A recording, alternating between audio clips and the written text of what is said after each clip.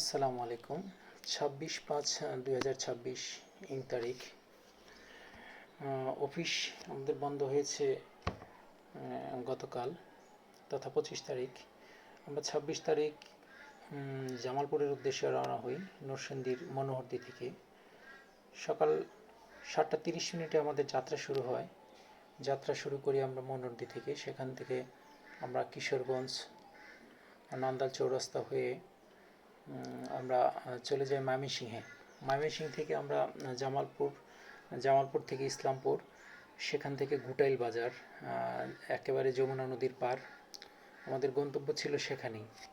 তো যেতে যেতে ময়মনসিংহের কাছেই, ময়মনসিংহ শহরে পৌঁছানোর পূর্বেই মেঘ, আকাশ এবং মাটির তিনের এই মিতালি আমাদের মন কেড়ে নিয়েছিল এবং আশেপাশের দৃশ্য সত্যি অসাধারণ ছিল।